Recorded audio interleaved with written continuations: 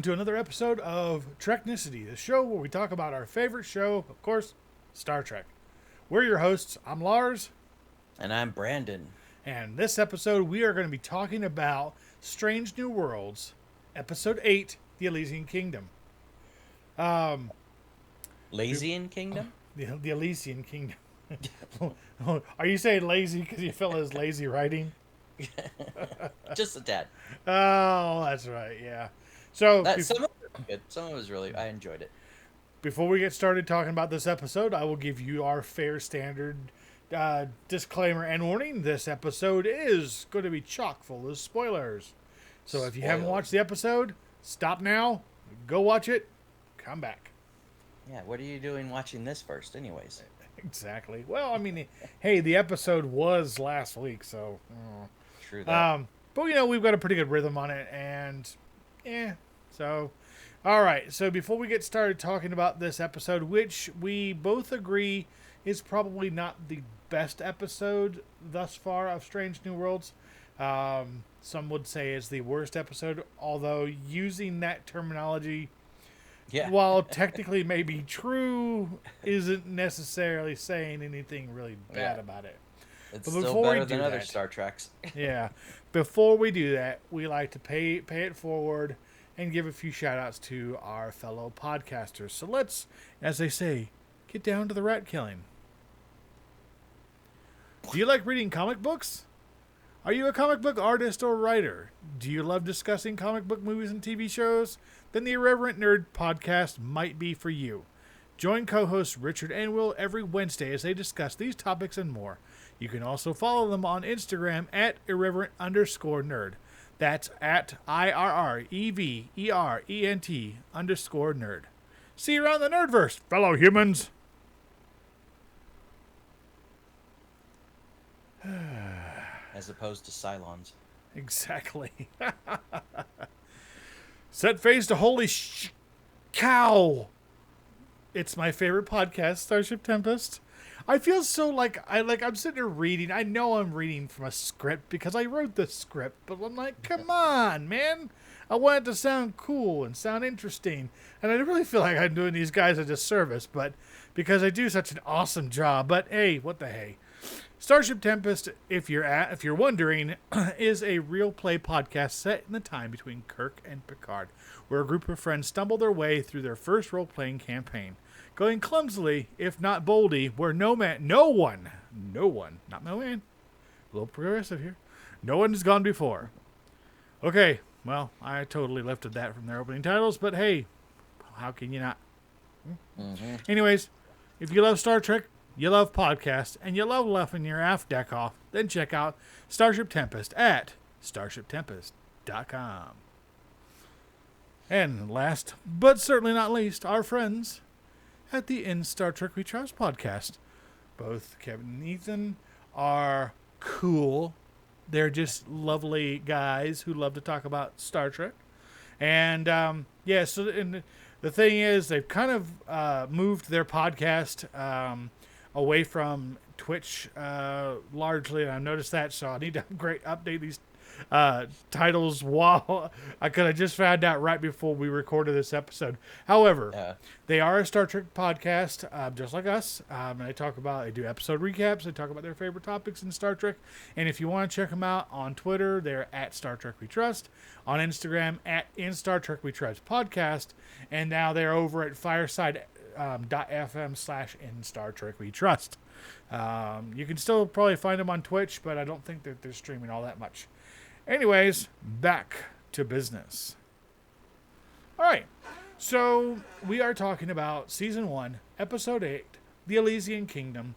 An episode that, for me, while I agree probably is not the best of the season, I mean, it was bound to happen, definitely touches on some really cool ideas, embraces that what-if adventure wild side of Star Trek's nature, and it wraps up a very bittersweet storyline for one of the main characters. Now, normally what I do is I kind of go through a recap. We kind of hit the beats and then we kind of address them as they come up. However, What I'd like to do is something a little different. What I'd like to do is kind of just open the floor and let you give me your highs and lows to start with. The high was Anson Mount. He was great. He was like, he plays like the sniveling, just cares Backstabber. about, backstabber, just cares about his own self-preservation. Yeah, definitely. He was definitely out of character for Yeah. Pike this time, and there was a polar opposite. So if you haven't seen the episode and you're still watching through this, anyways, we'll kind of give you an idea what happens. The Enterprise is checking out a nebula. They're kind of like, all right, looks cool. We're good. Let's beat feet out of here. We've done our job. But We've seen enough. Yep. But they realize when they go to take off, they can't. Dr. Mbenga comes up to the bridge because Lieutenant Ortegas has been injured in an accident when the ship gets thrown kind of violently when they do try to leave the area of the nebula. So he comes up. When he's in the turbolift, he comes out onto the bridge and realizes that the whole set has changed. It is basically a high fantasy, medieval fantasy setting.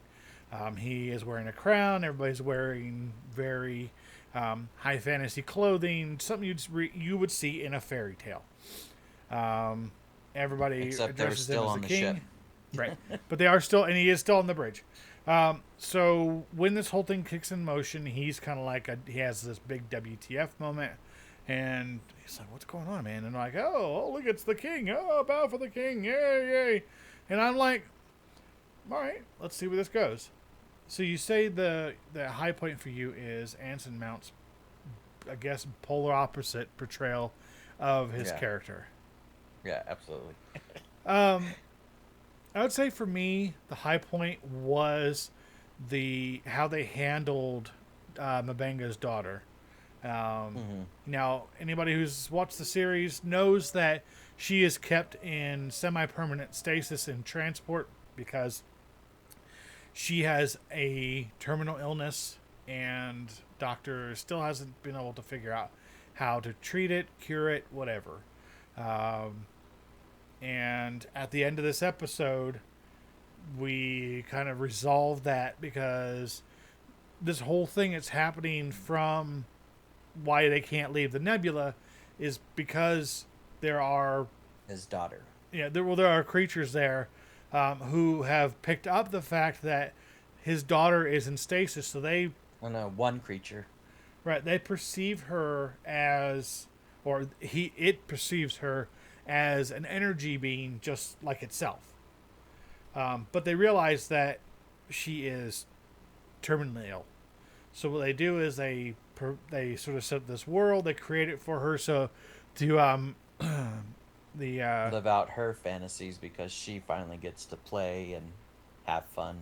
Right, because all she ever gets to do is come out of transport, lay on a bio bed for a little bit, and then he reads to her, and then he puts her back in stasis.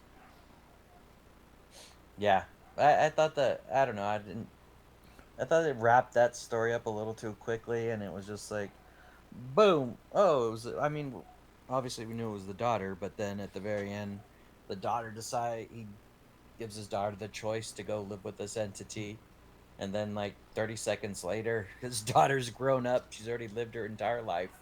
Right, and then that's the end of that storyline. I don't necessarily have a problem with that because one of my beefs with these shortened seasons, because, and if anybody's watching, that is our special guest co-host, Ethan, who will close the door.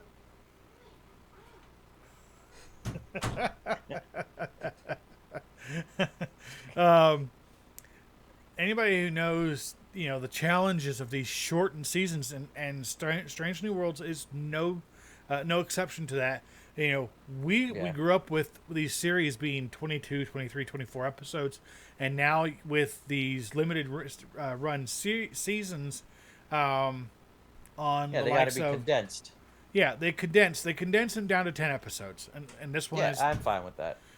You're right. But so they do have to wrap things up, and that for me is a good thing that they took this something that could have been dragged out way too long, and they Yeah, it's just true. dealt with it. Also, Yeah, it I was goes getting tired of like you said, waiting too long. Like, hurry up! What's gonna happen? Is he just gonna heal her, or right. hurry up and figure it out? Exactly. So I really didn't have a problem with them, doing this whole thing where um, they kind of resolve it. Yeah. And that being said, all right, cool. We're cool in the gang. Let's just move on with it.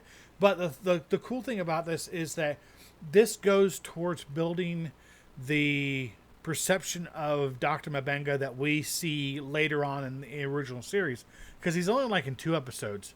Mm. And again, they had a difficult decision to make as to how they're gonna stretch him out and develop him, because they had so little to go on.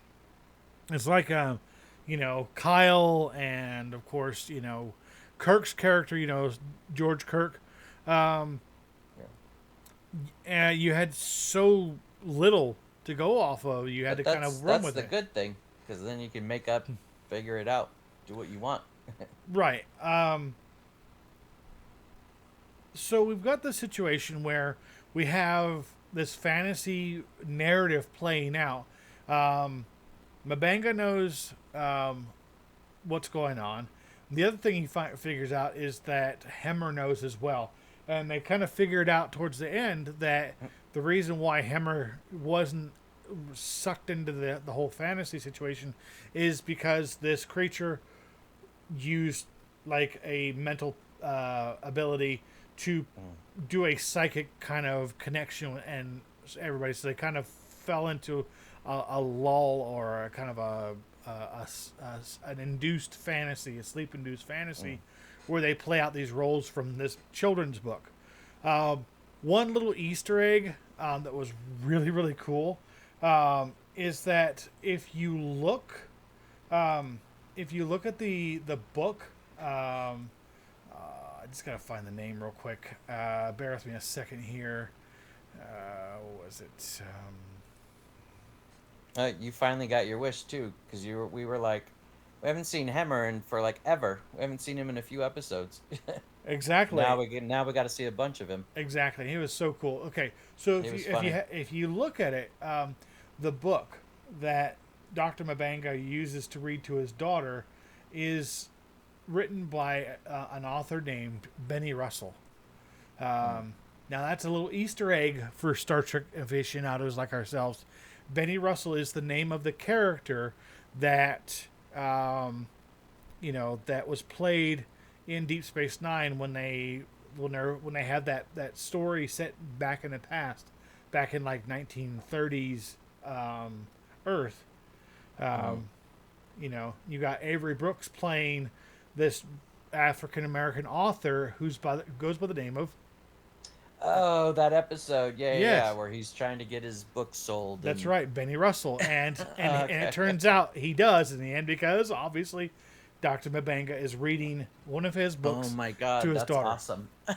That's so cool. I had no idea. That's one thing I love so much about this Yeah, whole this whole that is series, awesome. is that they are taking these little tidbits, and they know they're tiny little nuggets that Yeah. for the most part don't contribute anything really to the story. They're just dropping them in there for you Mm. to have a little fun and see who picks up on it. The whole definition Yeah. of that said Easter egg, and I love it. I love the fact that we have a great story that gets wrapped up. Okay, now we can move on. We develop this character a little bit more. We've Yeah. we know that he kind of survives, because we see him later on during Kirk's command of the Enterprise.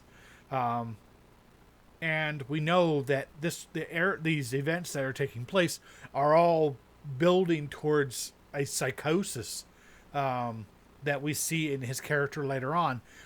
And of course, that makes it even more bittersweet, because you know what we see right now is we see a dedicated physician who is dedicated to finding a cure for what ails his daughter. And in the end, he had to let her go. He had to give up. And I mean, he gave up in a good way, because she was able then to be healed and go on and live an entire lifetime and then come back and talk to him. Yeah. That has got to be like a huge, huge thing. Yeah.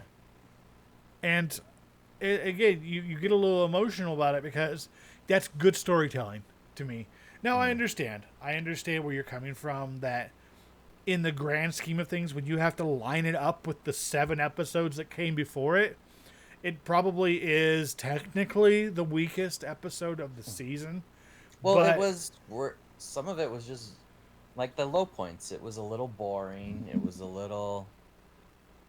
I guess my main gripe is Mabanga, him, the actor. I felt like this was his episode. This was all him. Like he really had to bring his A game, and I felt like he's one note with his acting. It's all like some people talk in monotone. There's no up and downs. right. His acting is just monotone. He always has the same expression. There's no like range with his acting. It's always the same expression, the same face, the same emotions. I don't know. I just felt that was my issue with the episode. What about we have when we have during the episode where they go to sort of after they get their ass handed to them, and they end up going to Starbase 1 and getting some R&R. I thought he was doing a pretty decent job when he was kind of doing the whole I'm going to go off and have some downtime situation. It was kind of brief, so it wasn't the best again. Too much. But still, I see where you're coming from. I mean, it can be a little bit one-dimensional, which can hurt a character. To the opposite of that, you have It Jess just Bush. kept bringing me out of the episode because then it's like he's playing against Anson Mount, who's like over the top and over like with his character, and then he's talking to Mabanga and he's just like, "Arr, brr, brr, brr, brr," like just it's like there's no emotion, no nothing. Like I don't know. I'll be interested to see if the Mabanga character carries on through into season 2. They're in production right now in Toronto, but they haven't really said much of anything about as to who actually comes back, because of course we still have episodes 9 and 10 coming. Episode 9 is going to be on Thursday, and then a week later, of course, is episode 10, and then they wrap up for the season. But they are in the process they're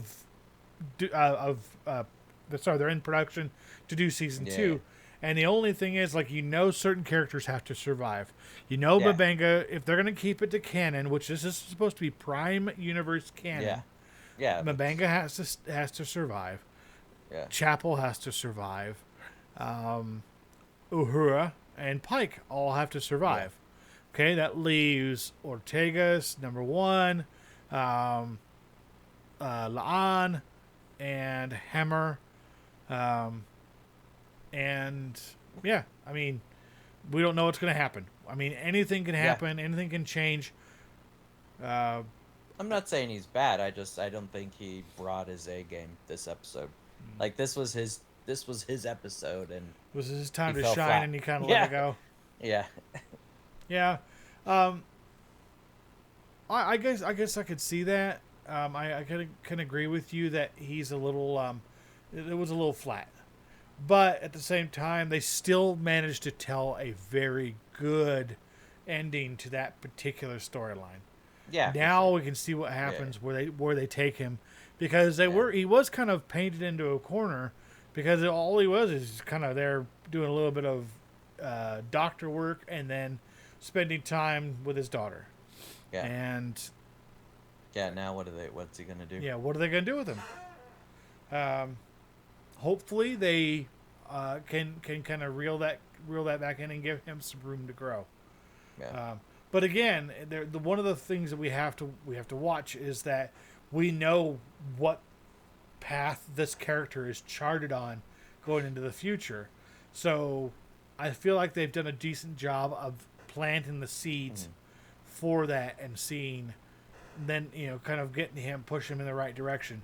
but they've still got a little bit of leeway, a little bit of flexibility, I think, anyways, to Yeah.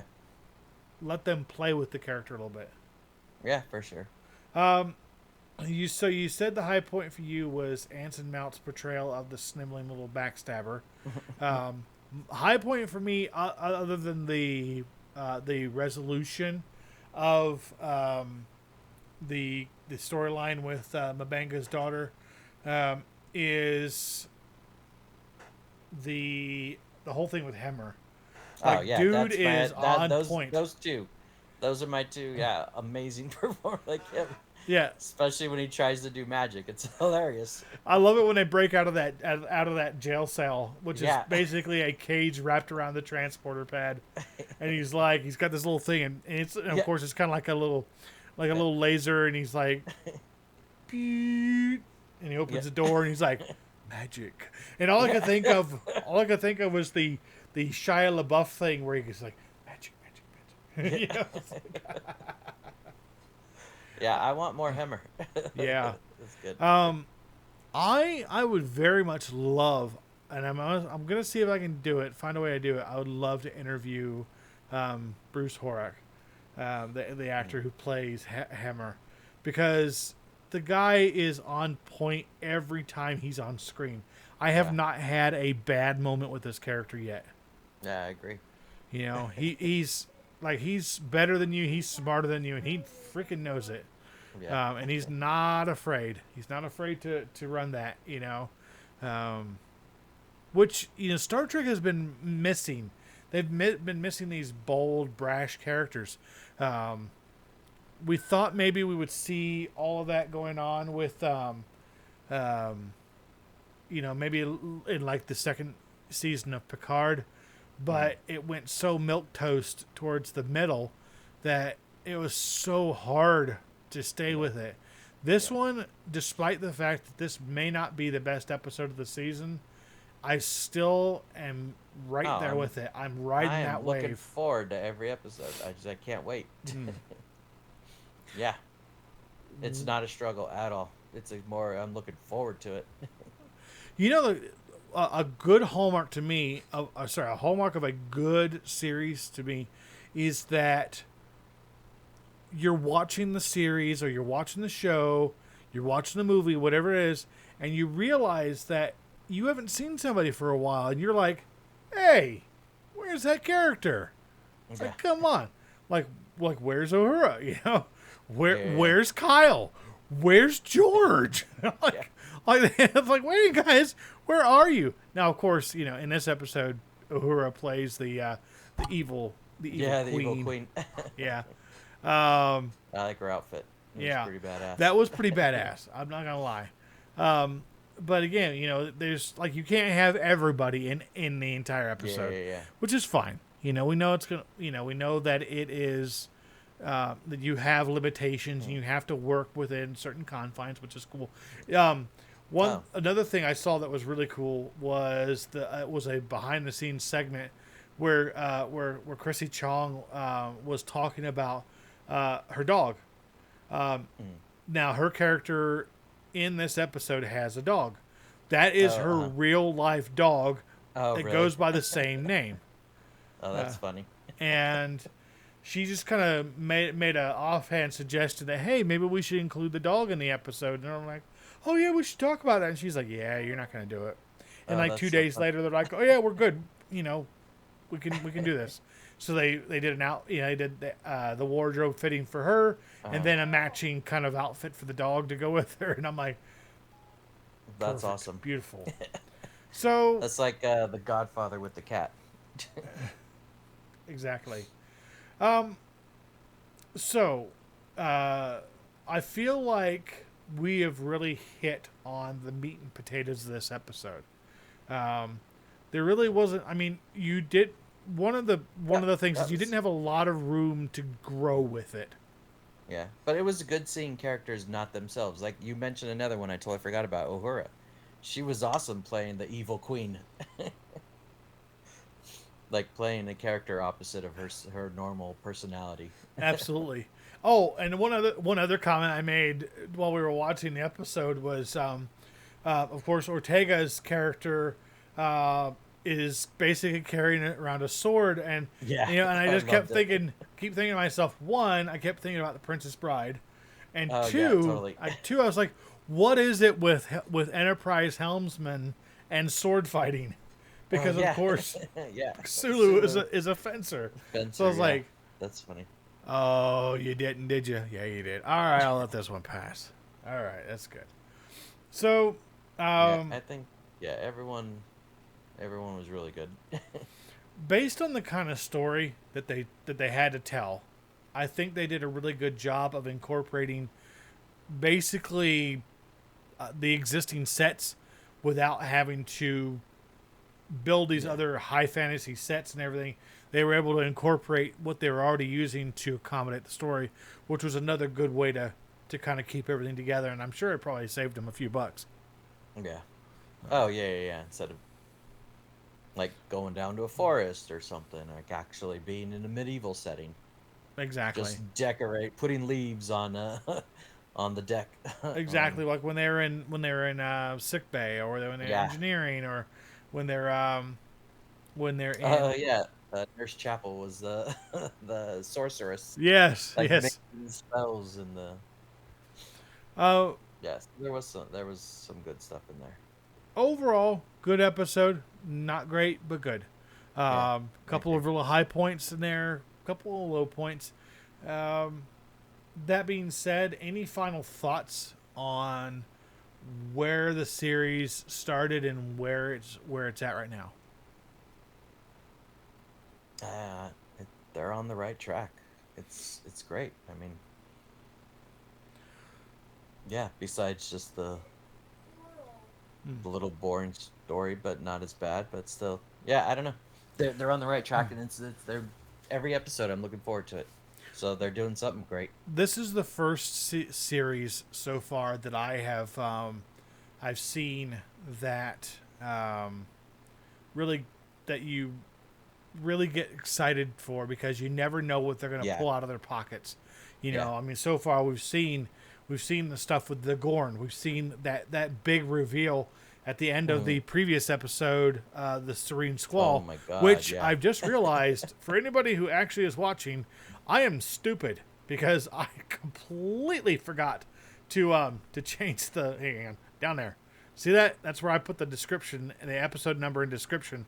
And this episode, if you haven't figured out, but at the end of it, is not about the Serene Squall again. Oh. Uh, we kind of had to shift some schedules around, so we're in a little bit of a rush to get this done. So I apologize that it doesn't say the right title. However, I'll fix it for next one. But we've seen some great. Fix it in post. Yeah, we get some great things where we saw Cybok Yeah. kind of appear in the last episode. This That was time absolutely they wrapped a amazing. couple things up, and then again they dropped another nice little Easter egg in there. And I am now chomping at the bit to see what comes on the next episode, Yeah. especially with that preview and seeing a Constitution class ship crash landed. That's Oh gonna be man, cool. I need to watch these trailers. I haven't been watching the trailers at all for the next episodes. You know what's really funny is that I like going in fully surprised. uh, like I get up on, like, say, Thursday morning, and that the episode has been out for a few hours, Mm. and I go on social media, and there's already like full Oh man. on recaps, and I mean, okay, and then the trailer is dropped at the same time. So at the same time the episode is available, the trailer for the next The next episode is episode is dropped, already out. and everybody's already talking about it. I'm like, this thing's only been out for like 3 hours. I'm like, I understand timeliness, but man, like I'm like, You're I can't keep lagging. up with it. You got to get up at 4 a.m. and watch it. Yeah, I'm not getting up at 4 a.m. and watching it. I think it comes out at I think it actually comes out at 6 a.m. Mm. Eastern time, so that's 3 here in LA.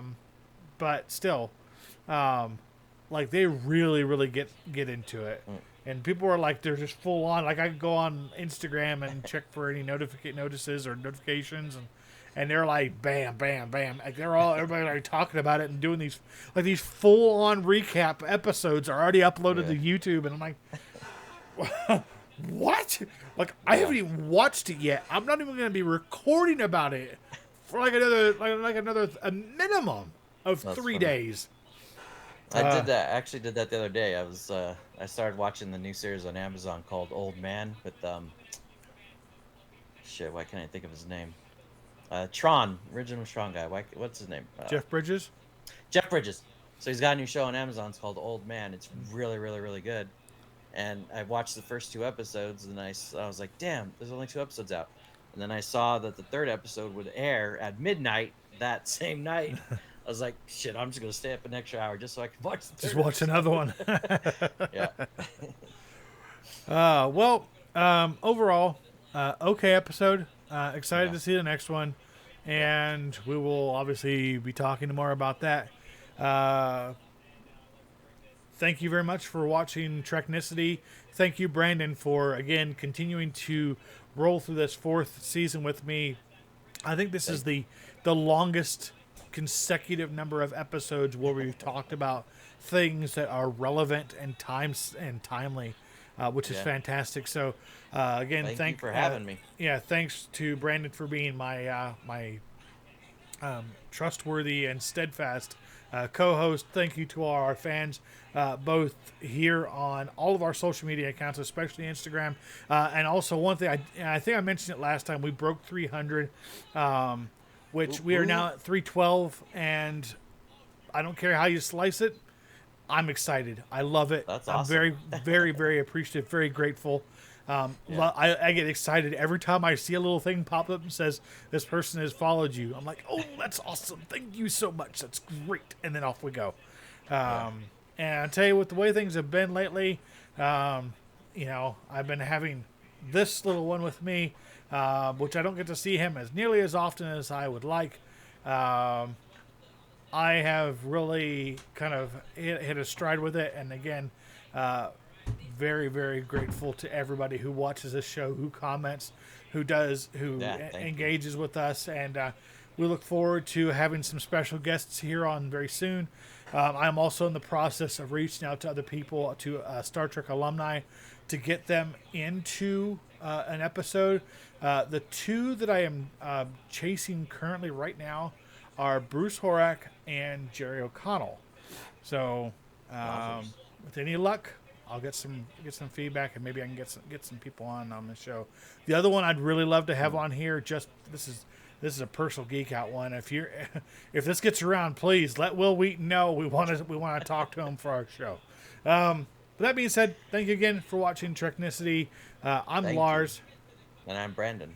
and as always, remember to rock out, which is rock out. And we'll see you next time, folks. Thanks very much. I don't even know what my buttons are, man. It's been a long week. It's Tuesday. It's already a long week. We'll see you, folks. Later.